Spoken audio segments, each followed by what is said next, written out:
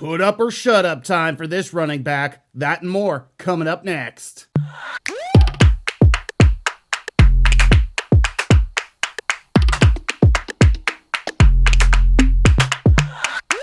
Running backs heading into week 4. We're going to start with the Indianapolis Colts with a start, and that's Johnathan Taylor. Now, we are going to preference this with he is dealing with a little bit of a nagging knee injury. He started the week limited, but it does look like he's probably going to play on Sunday, and if he does, I like his prospects to finally get going for your fantasy team. Now, started off really slow. First week against Seattle, we thought that was going to be a pretty good run defense, and for 6 quarters, it was.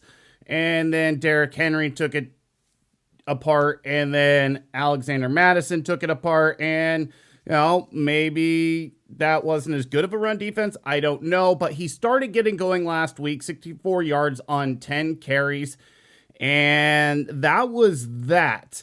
So obviously finally had his best statistical outing of the season. Don't know if he didn't get the rest of the touches because of knee injury or what, but he is limited to start the week. If he's suited up and ready to go, I want him in my lineup. He'll be in my lineup and ready to rock and roll. I anticipate a great week from him if he gets going. Miami giving up 364 yards on the ground to running backs through the first 3 weeks of the season. That is absolutely crazy. You're talking about a team that made Peyton Barber, a guy that's perennially running under 3 yards a carry, look like a Hall of Famer last week, and now Johnathan Taylor, assuming he's playing, gets these guys week 4, finally a game he can get going. You're talking about a guy, I believe he has about 15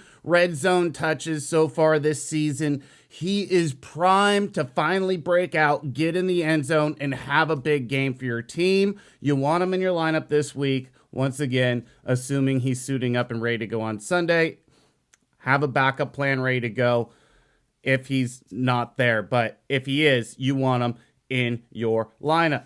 This is a put up or shut up time for Miles Sanders. Dude, we all know how good he is. He averaged like 13 yards a carry, 13 and a half yards a carry last week. Absolutely insane. He only got 2. He had 4 touches and had over 50 yards of production, yet Nick Sirianni hates feeding this guy. We're talking about a team in the Kansas City Chiefs who have been giving up big plays to running backs all season so far. 2 touchdowns to Chubb in week 1, 1 touchdown to Hunt in week 1. You're talking about a 5-yard touchdown they gave up to a washed-up Latavius Murray week 2. Austin Eckler gets in from 16 yards out in week 3. If Sirianni gets going, once again, this is a put up or shut up time. He'll be in my lineup, and it's put up or shut up time. If Sirianni gives him the ball, he's going to be efficient with it. This is a great matchup for him. He's going to put up big numbers, and you'll be happy he finally did what we expect Miles Sanders to be capable of doing. It's put up or shut up time for Miles Sanders. He doesn't do it this week. We got to reevaluate what we think of Mr. Sanders moving forward. But for week 4, great matchup, great talent. We got a coach in the way. Is he going to let him loose week 4? I don't know, but he will be in my lineup. I understand if you have trepidation putting him in your lineup, but let's say you invested a high round pick in this guy. You expected things out of this guy. We've seen the efficiency on the limited production that we've gotten out of him. So we just need him in our lineup one more week. It's one more week. Put him up. And if he doesn't, time to shut him up. All right. In a position to succeed. It's kind of one or the other, Josh Jacobs or Peyton Barber. Looks like Josh Jacobs coming back to practice on Thursday in a limited capacity. Looks like it's possible he suits up on Monday night. So you have to understand this is their first practice of the week. This is the one where they really kind of start evaluating the situation. Came back in a limited capacity. Looks like it's possible he's ready to rock and roll. I told Josh Jacob owners to go get Peyton Barber.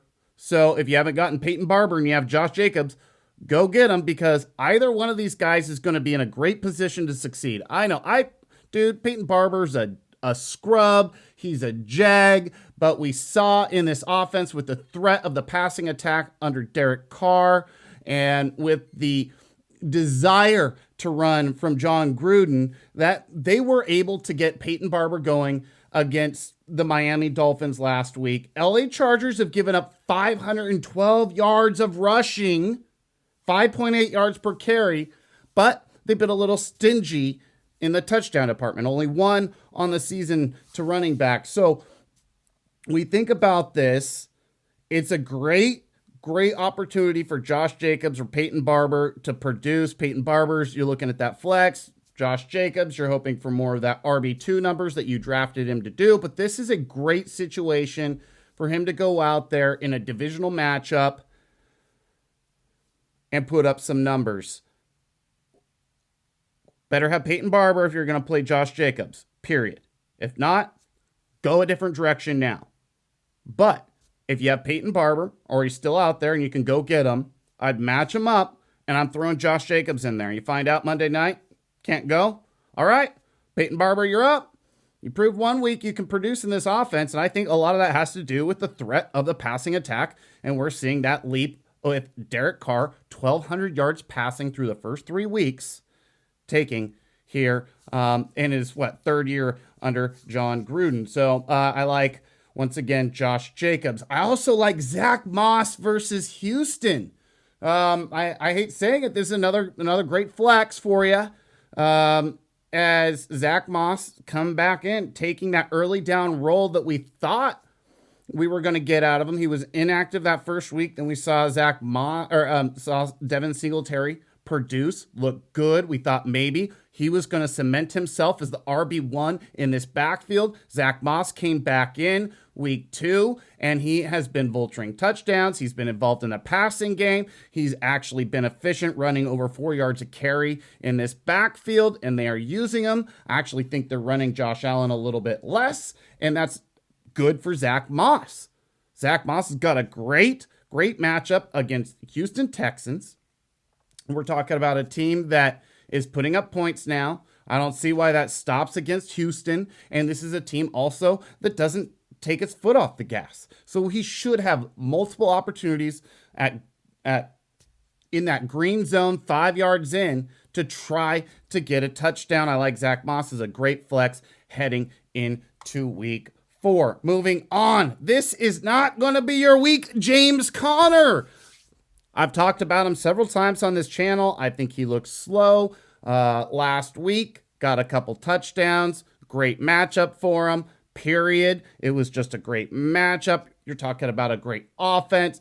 But this week, facing the LA Rams, he's not scoring you 2 touchdowns. And we're talking about a guy that needs touchdowns to return the value in James Conner. You're still talking about a guy that's got to deal with Edmonds, dealing with all the passing work. James Conner is a ground and pound guy. He's not going to be returning you value in the passing game. He needs touchdowns, and I don't see the touchdowns coming against the Rams. Can they? Sure. Anybody can score touchdowns. But what are the probability of James Conner scoring one touchdown, let alone 2, the way he did against a terrible defense last week? I know, he got you excited. But James Conner is the worst piece of this offense in this high-octane offense. He will have opportunities this year. This is not one of them. This is a legit front 7. This might be the best front 7. There are several front 7s you want to avoid in fantasy, and this is one of them. The LA Rams, anchored by Aaron Donald, are a team you don't want to mess with when you have a running back who is not a high caliber running back, and James Conner is anything but a high caliber running back. I'm avoiding him. I want him on my pine in week 4. Beware these running backs. Damien Harris, Bucs run defense. That's another one of those guys that you want to avoid. We're talking about a guy that's not involved in the passing game. Bucs are going to be scoring some points this week. Goddamn straight they're going to be scoring some points this week. Tom Brady going back to New England. His old buddy Bill Belichick. I honestly throwing all my bucks outside of the running backs into my lineup.